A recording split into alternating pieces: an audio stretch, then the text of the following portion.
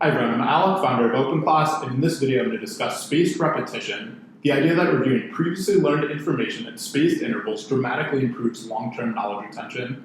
Specifically, I'm going to talk about why spaced repetition is rarely implemented in traditional classrooms and how OpenClass makes it easy to harness its power. First, it's probably stating the obvious to say that cramming is an ineffective studying technique. This isn't something new, this is something that people have known for hundreds of years. In the late 1800s, philosopher William James wrote, quote, "Cramming seeks to stand things in by intense application immediately before the ordeal. But a thing thus learned can form but few associations. On the other hand, the same thing recurring on different days, in different contexts, read, recited on, referred to again and again, related to other things and reviewed, gets well wrought into the mental structure. This is the reason why you should enforce in your pupils habits of continuous application." So James hit the nail on the head on a concept that later became known as spaced repetition, which is really two separate concepts, the spaced part and the repetition part. First, I'm going to look into the repetition part. A 1965 study by Zubal and Yusuf in an undergraduate psychology class had students read a passage and then take a test on that passage 48 hours later. An experimental group of students was given an opportunity 48 hours before the initial class to read that same passage. So that group of students was able to read the passage twice, and that group of students ended up scoring 13% higher on the test of the passage than the students that did not get that opportunity to read the passage twice. So the key takeaway from the researchers was that the initial contact with this material sensitized them to that material for when they later encountered it. So that's the repetition part of spaced repetition. Now let's look at the spaced part of spaced repetition. The idea is that including a gap period after learning something but before reviewing it significantly improves knowledge retention. A 2015 study by Kapler et al. In an undergraduate meteorology class put this to the test by having basically a study that was formatted by students who take a baseline test on what they currently know in meteorology, there'd be a lecture, and then students would either review the material 1 day following the lecture or 8 days following the lecture. And the group that reviewed 8 days following the lecture ended up improving their baseline score of 15% on factual questions and 20% on higher level questions.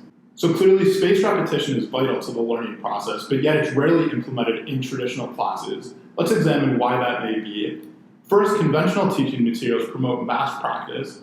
For example, if a teacher is teaching out of a textbook, each chapter in that textbook probably concludes with questions just pertaining to that chapter, when research shows that this is not an optimal way for students to study.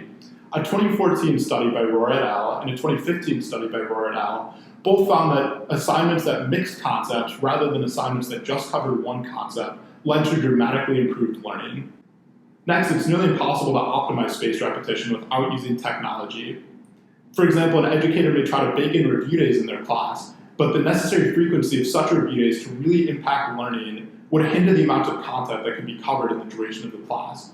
Educators risk slowing the pace to a point where students that really understand the material lose interest entirely. Educators could also make all of their worksheets all-encompassing, and while this is a good starting point, it comes with many cons. For example, what if the educator changes their syllabus around? Are they going to have to go through all of their worksheets and say, hey, have I covered this yet? Have I covered that? And it can just be really tricky to manage. Additionally, it can be tricky to ensure an effective mix of previously covered material. So how, as an instructor, are you going to ensure that you're not over-drilling concepts that a given student has already mastered or under-drilling concepts that a student hasn't already mastered? It can be very tricky. So clearly, spaced repetition is vital to the learning process, but can be difficult to implement in a traditional classroom, but not with OpenClass. I understand the reservations many educators have on embracing technology in the classroom, but this is exactly where it should be implemented to solve problems that are otherwise nearly impossible to solve without it. So let's take a look at what OpenClass does to make it easy to implement spaced repetition. With OpenClass, you'll build assignments in the style that intuitively makes sense. Homework assignment A based on topic A, homework assignment B based on topic B, and so on. From there, OpenClass automatically handles spaced repetition. If you teach a Monday, Wednesday, Friday lecture, for instance, maybe students receive a review assignment each Monday. The first assignment will cover just topic A. The next assignment, 1 week later, will cover mostly topic B, but will also include some review questions on topic A at this spaced interval. As the course continues, students will continue to receive this cumulative spaced practice that prioritizes concepts they previously struggled with. Spaced repetition is critical for long-term knowledge retention, but rarely implemented in traditional classrooms. OpenClass is its vessel. Make sure your students are getting the most out of your classes with OpenClass. Start building assignments at openclass.ai or reach out to me at alec@openclass.ai if you need help getting started. Thank you very much.